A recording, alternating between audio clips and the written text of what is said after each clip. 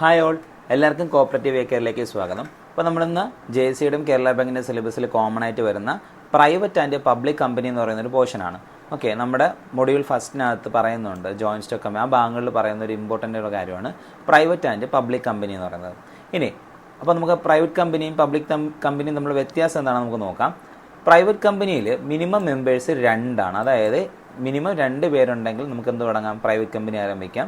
Maximum എത്രയാണ്, 200 ആണ്. Maximum 200 അംഗങ്ങൾ വരെ എന്താവാം, പ്രൈവറ്റ് കമ്പനിയിൽ അംഗങ്ങളാവാൻ സാധിക്കും.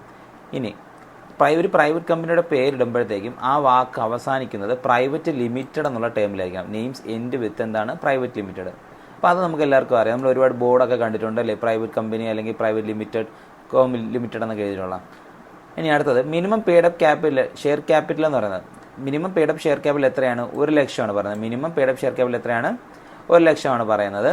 അതുപോലെ തന്നെ സെക്ഷൻ 3 1-2 എവിടെയാണ്, Indian companies act 2013. Indian companies act 2013 section 3 1-2 പറയുന്നത് ഡിഫൈൻ ചെയ്തേക്ക് എന്തിനെ കുറിച്ചാണ്, പ്രൈവറ്റ് കമ്പനിയെ കുറിച്ചാണ്.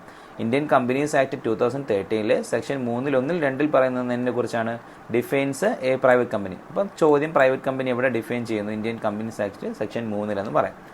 Okay, articles of association may prescribed higher paid up capital. Articles of അസോസിയേഷനിലാണ് എന്തിനെ കുറിച്ച് പറഞ്ഞിട്ടുണ്ടായിരിക്കുക, ഹയർ പെയ്ഡ് അപ്പ് ക്യാപിറ്റലിനെ കുറിച്ച് പ്രിസ്ക്രൈബ് ചെയ്തിട്ടുണ്ടായിരിക്കുന്നത്. ക്ലിയർ ആണല്ലോ. അപ്പം അതാണ് പ്രൈവറ്റ് കമ്പനിയുടെ ഇമ്പോർട്ടൻ്റ് എന്ന് പറയാനുള്ള പോയിന്റ്സ്. പിന്നെ അടുത്ത് പറയുന്നത് restricts rights to transfer shares അല്ലേ. എന്തൊക്കെയാണ് റെസ്ട്രിക്ഷൻസ് എന്നുള്ളതാണ്.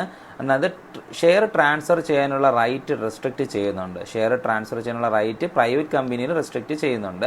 ലിമിറ്റ്സ് നമ്പർ ഓഫ് മെമ്പേഴ്സ് 200 ആണ്, എക്സ്ക്ലൂഡിങ് എംപ്ലോയീസ്. എംപ്ലോയീസ് ഒഴികെ മെമ്പേഴ്സ് എത്രയേ പാടുള്ളൂ എന്ന് പറയുന്നുണ്ട്, 200 പാടുള്ളൂ എന്ന് പറയുന്നുണ്ട് പ്രൈവറ്റ് കമ്പനിയിൽ. അതുതന്നെ prevents public from subscribing to shares or debentures അല്ലേ.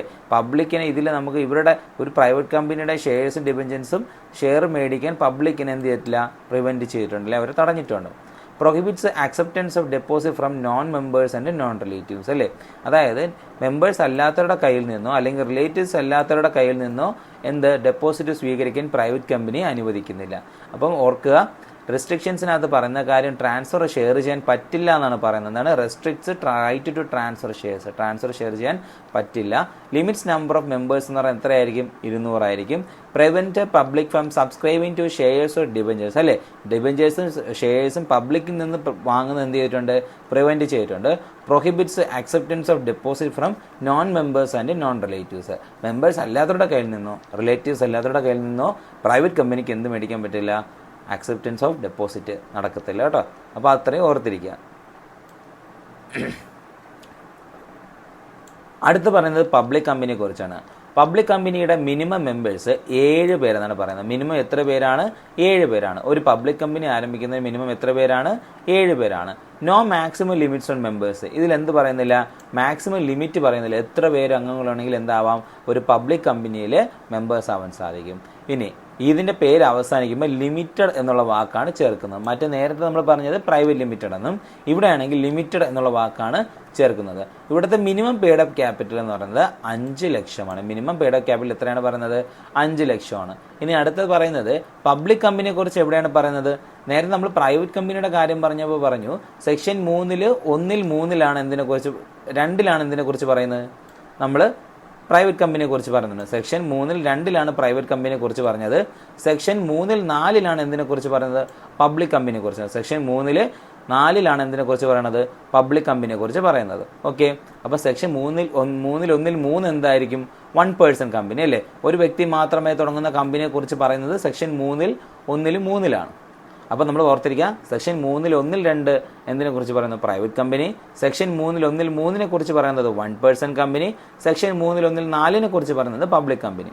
ഇനി അടുത്ത ഇതിനകത്ത് എന്തൊക്കെയാണ് ഇവരുടെ ക്യാരക്ടറിസ്റ്റിക്സ് എന്ന് നോക്കാം. ഇതൊരു പ്രൈവറ്റ് കമ്പനി അല്ല അല്ലേ, നമുക്കറിയാം ഇതൊരു പ്രൈവറ്റ് കമ്പനി അല്ല, ഇതൊരു പബ്ലിക് കമ്പനിയാണ്.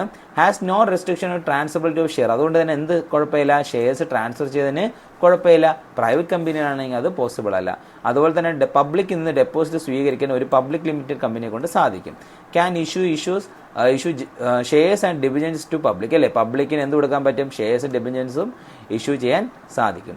A public company can be subsidiary of A non private company അല്ലേ. എന്താണ്, ഒരു പബ്ലിക് കമ്പനിക്ക് എന്താവാം, ഒരു നോൺ പ്രൈവറ്റ് കമ്പനിയുടെ സബ്സിഡിയറി ആവാൻ സാധിക്കും. No limit on the number of members. ഇവിടെ ഷെയർ ഹോൾഡേഴ്സിന് അല്ലെങ്കിൽ മെമ്പേഴ്സിന് എന്തില്ല, ലിമിറ്റ് പറയുന്നില്ല. നമ്മൾ നേരത്തെ പ്രൈവറ്റ് കമ്പനിയിൽ പറഞ്ഞപ്പോൾ പറഞ്ഞായിരുന്നു അല്ലേ, എത്ര ലിമിറ്റ്? 200 അല്ലേ, മാക്സിമം മെമ്പേഴ്സ് 200 അതൊരു റെസ്ട്രിക്ഷൻ ആണ്. 200 കൂടുതൽ പ്രൈവറ്റ് കമ്പനിയിൽ എന്താവാൻ പാടില്ല, മെമ്പേഴ്സ് ആവാൻ സാധിക്കില്ല. എന്നാൽ പബ്ലിക് കമ്പനിയിൽ അങ്ങനെ ഒരു ലിമിറ്റ് പറയുന്നത് there is no limit. Okay, no limit ആണ് പറയണം. അവർക്ക് ഷെയർ ട്രാൻസ്ഫർ ചെയ്യാൻ പറ്റില്ല. എന്നാൽ പബ്ലിക് കമ്പനിക്ക് എന്ത് ചെയ്യാൻ പറ്റും? ഷെയറും ഡിബഞ്ചറും ഇഷ്യൂ ചെയ്യാൻ സാധിക്കും. ക്ലിയർ ആണല്ലോ? അതുപോലെ തന്നെ ഷെയർ ട്രാൻസ്ഫർ ചെയ്യാൻ ഇവിടെ എന്തില്ല, റെസ്ട്രിക്ഷൻസ് പറയുന്നില്ല. ഓക്കെ, അപ്പോൾ ഇതാണ് പ്രൈവറ്റ് കമ്പനി പബ്ലിക് കമ്പനിയെ കുറിച്ച് പറയുന്ന. ഇതുപോലെ നല്ല വീഡിയോസിന് വേണ്ടി നമ്മുടെ കോപ്പറേറ്റീവ് കേരളയുടെ ചാനൽ എന്ത് ചെയ്യുക, സബ്സ്ക്രൈബ് ചെയ്യുക. Okay, thank